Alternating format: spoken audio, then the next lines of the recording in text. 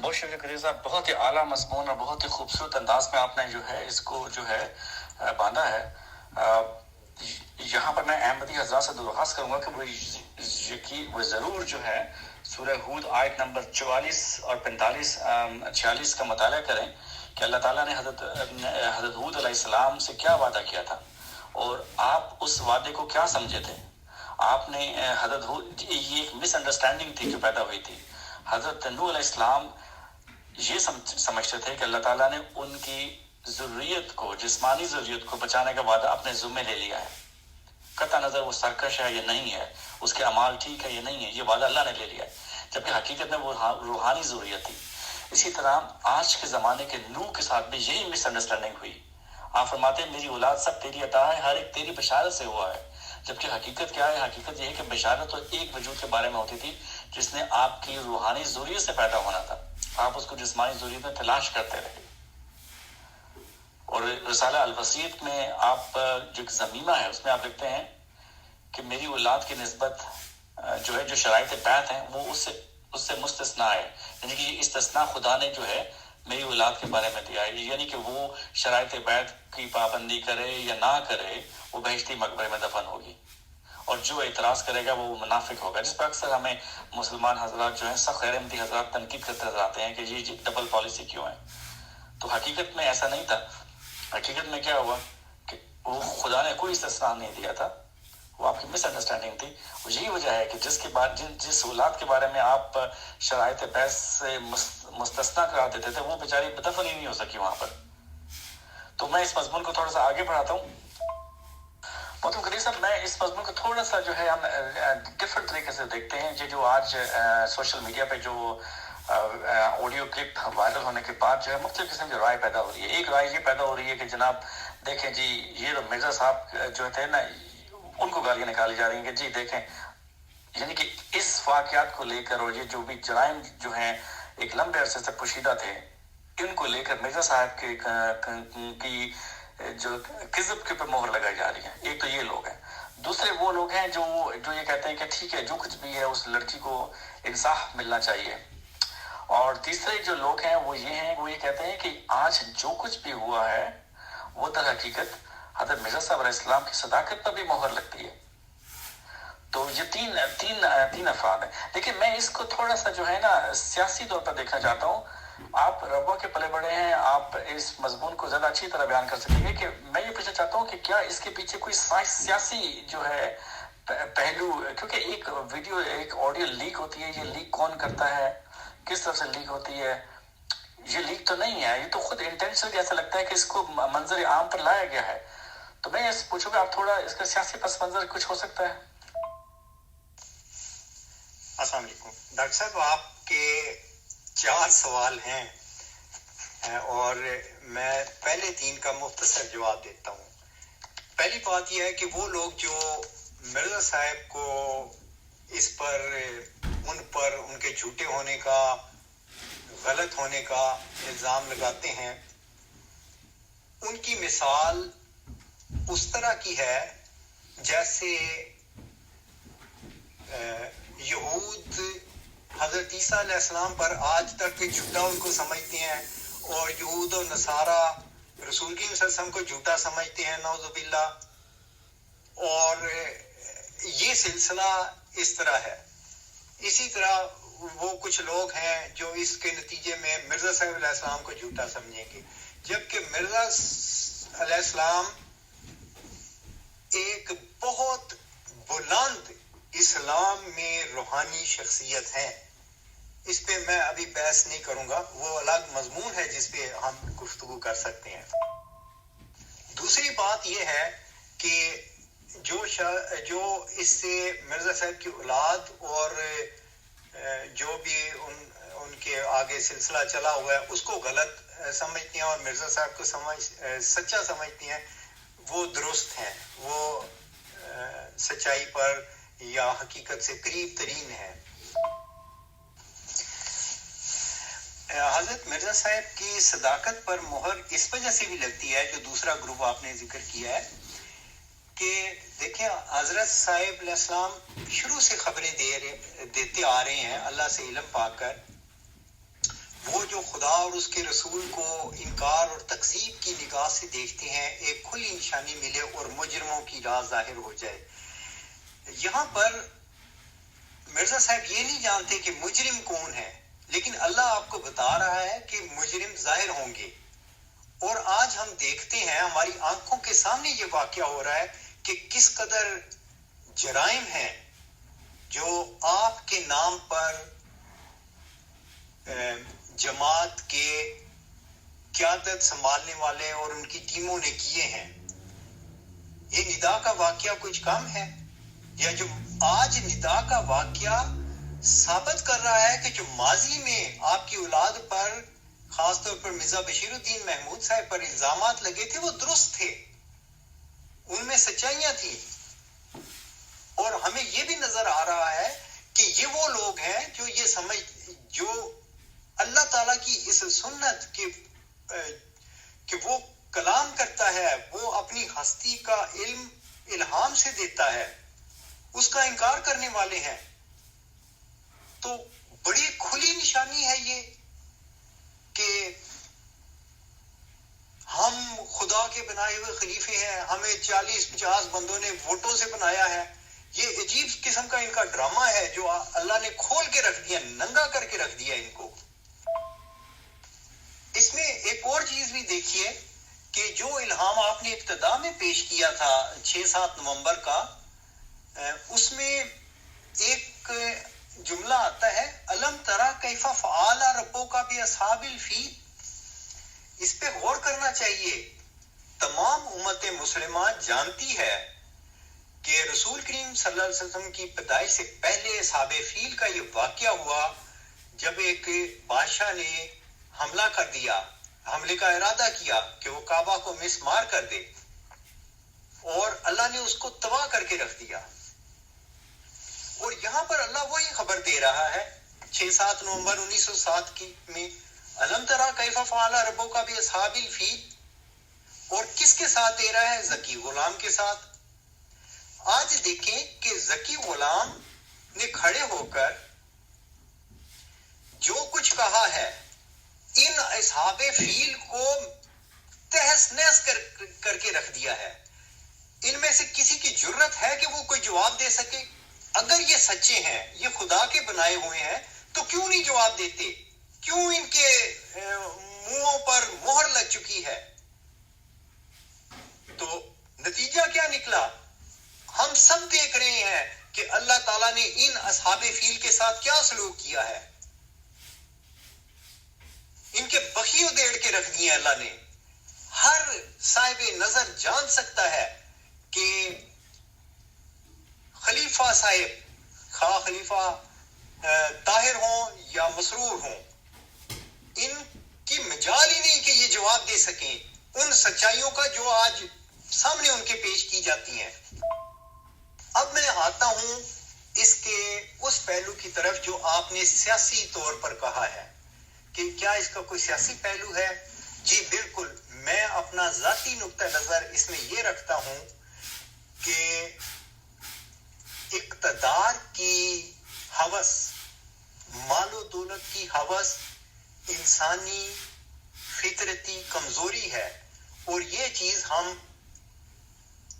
مرزا بشیر الدین صاحب کے ہاں اس وقت بالکل نمایاں طور پر دیکھتے ہیں جب انہوں نے حضرت مرزا غلام احمد قادیانی علیہ السلام کی قائم کردہ انجمن کو رد کیا، اور بیٹے ہونے کی وجہ سے جو عقیدت عوام کے دلوں میں تھی اس کا ناجائز فائدہ اٹھاتے ہوئے انہوں نے اقتدار پر قبضہ کیا۔ یہ سب باتیں جماعت کے لوگ اچھی طرح سمجھتے ہیں، جانتے ہیں، جو اہل علم ہیں۔ اب ہم آگے چلتے ہیں، آگے ہم دیکھتے ہیں کہ جب مرزا بشیر الدین محمود صاحب طاقت پکڑ گئے تو پھر اس وقت اسلامی باتیں یاد آنی شروع ہو گئیں۔ کہنے لگے میرا بھی حضرت عمر کی طرح عقیدہ ہے کہ باپ کے بعد بیٹا جانشین نہیں ہوتا، لیکن جب ان پر حملہ ہوا، زخمی ہو گئے اور بچنے کی کوئی راہ نظر نہ آئی تو وہ بیانات بدلنے شروع ہو گئے۔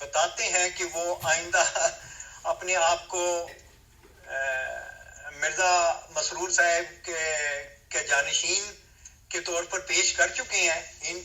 ان کے طور اطوار بتاتے ہیں, ان کا جو سٹائل ہے وہاں پہ, کیونکہ وہ مرزا مسرور کی بیوی کا بھائی ہے اور فل سپورٹ اس کو وہاں پہ ہے. اس نے اپنے نیٹ ورک اس طرح مضبوط کیا ہوا ہے. اس کے بالمقابل میں سمجھتا ہوں کہ لندن کی لابی جو ہے وہ یہ چاہتی ہے کہ ہم ایسا بندہ چنیں جس پر ہمارا اثر و رسوخ ہو, ہمارے اسے گہرے روابط ہوں اور ہمارا ایک رنگ میں تسلط بھی رہے. تو لندن کی لابی ہرگز نہیں چاہتی کہ ربوہ کا کوئی بندہ آ کے حکومت کرے یا خلافت کا نظام سنبھالے. تو یہ ایک ٹسل ہے جو لندن لابی اور ربوہ کی لابی میں جاری ہے. اور لندن کی لابی کے پاس جو بہترین حربہ تھا وہ یہ تھا کہ ایک یہ ایشو اٹھانا شروع کر دیں انڈائریکٹلی, جیسے کہ جماعت کا طریقہ چپ چپ کر کے باتیں پھیلاتے جاتے ہیں کہ خلیفہ جو ہوتا ہے وہ مرزا خاندان سے ہونا چاہیے اور محمود شاہ صاحب مرزا خاندان سے نہیں. اچھا, انہوں نے یہ سب اندرونی حالات جانتے تھے. میں سمجھتا ہوں کہ انہی لوگوں نے ندا صاحبہ کو استعمال کیا ہے تاکہ محمود شاہ جو کہ عملاً جانشین بن چکا ہے اس کو کالا کیا جائے, اس کی پوزیشن ایسی کر دی جائے کہ کوئی بھی اس بات پہ راضی نہ ہو سکے کہ یہ بندہ جانشین ہوگا آئندہ یا آئندہ خلیفہ ہوگا. تو میرے نزدیک یہ ساری سیاسی موو ہوئی ہے جس میں ندا صاحبہ کو استعمال کیا گیا ہے. تو آپ کی بات کا سیاسی رنگ میں جو میں اپنا نظریہ پیش کر سکتا ہوں وہ یہ ہے. بہت شکریہ محترم قدیر صاحب. ایک اور چیز جو ہمیں مختلف سوشل میڈیا کے حوالے سے پتہ چلی ہے, کسی صاحب نے غالباً یہ تذکرہ کیا کہ اللہ تعالیٰ نے موسیٰ کو انہی کے گھر میں پیدا کیا اور وہ آج جو ہے یہ سب چیزیں جو ہے ڈسکلوز کر لی ہے. جب ہم نے تذکرہ کو اٹھا کے دیکھا تو ہمیں نظر آیا کہ غالباً یہ 18 مارچ 1907 میں یہ ایک الہام درج ہے کہ ایک موسیٰ ہے, میں اس کو ظاہر کروں گا اور لوگوں کو اس کے سامنے اس کو عزت دوں گا. میں چاہتا ہوں آپ اس کے اوپر تھوڑا سا تبصرہ کریں کہ ویسے تو حضرت مرزا صاحب علیہ السلام فرماتا ہے کہ میں کبھی آدم, کبھی موسیٰ, کبھی یعقوب و نیز ابراہیم و نسل ہے میری بے شمار. تو یہ موسیٰ کون ہے؟ اور دوسرا یہ کہ اسی صفحے میں صفحہ نمبر 595 تذکرہ ایک الہام ہے جو لکھا ہوا ہے یورپ اور دوسرے عیسائی ملکوں میں ایک قسم کی طاعون پھیلے گی جو بہت ہی سخت ہوگی. اب یہاں پر یورپ اور عیسائی ملکوں کا ذکر ہے اور ہم دیکھتے ہیں کہ جو آج طاعون سے مراد ہے ہوتی ہے پینڈیمک, وبا. تو یہ وبا تو آج پھیلی ہوئی ہے. تو ان دونوں کو آپ کس طرح دیکھتے ہیں؟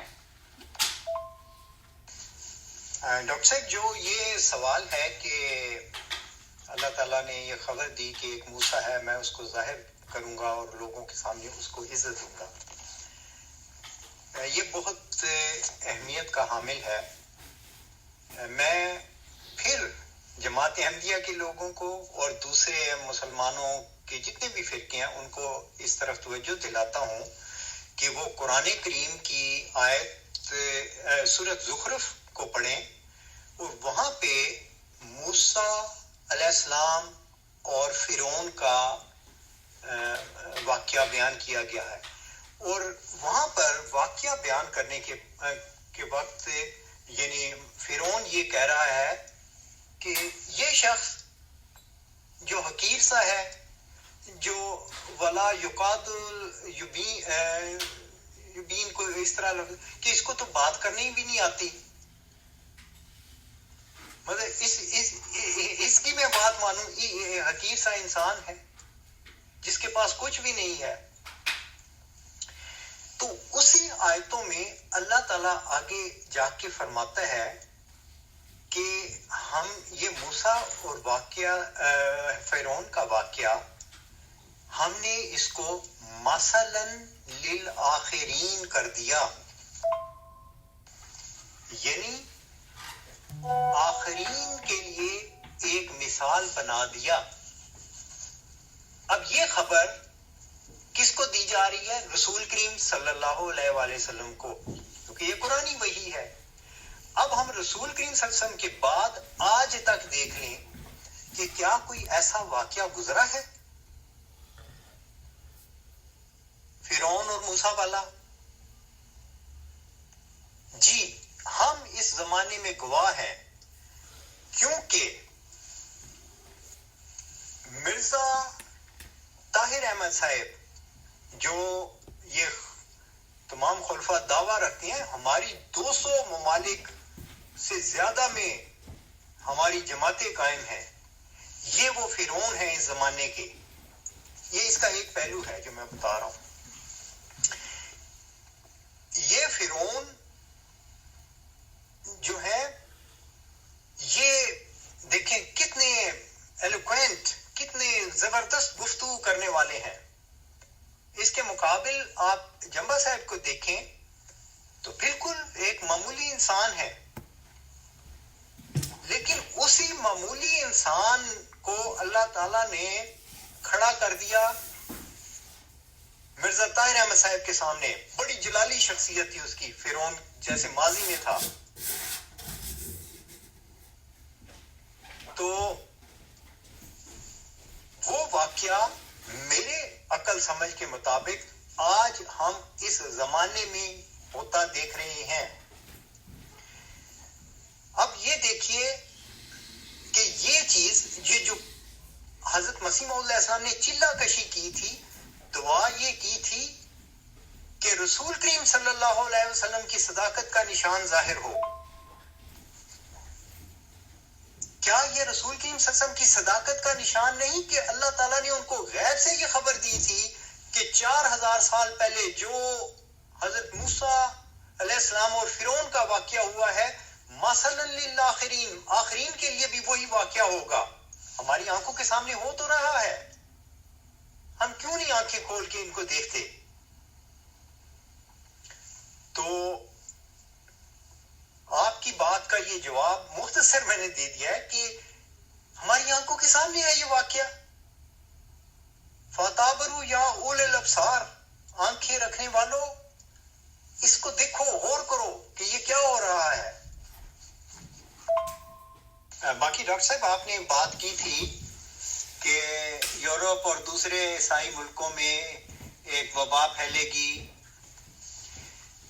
ہمیں پھر میں یہ کہتا ہوں تمام مسلمان جو قرآن پر ایمان رکھتے ہیں کہ اللہ تعالیٰ یہ بتاتا ہے وَمَا كُنَّا مُعَذِّبِينَ حَتَّى نَبْعَثَ رَسُولًا، کہ ہم عذاب نہیں نازل کرتے جب تک کہ اپنا رسول نہ نازل کر دیں.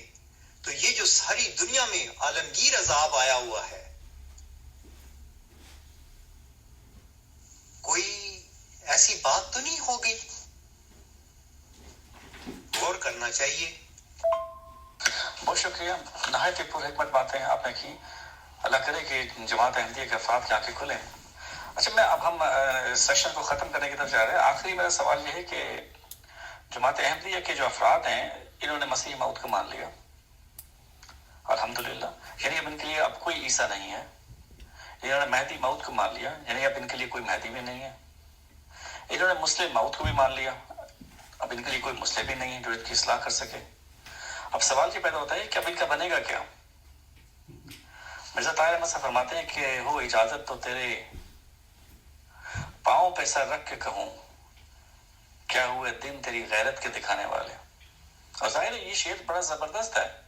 ایک جو تڑپ کر نکلا ہے وہ اس لیے نکلا ہے کہ مسیح موعود کو بھی مان لیا، مسلم موعود بھی مان لیا، مہدی بھی گزر گیا.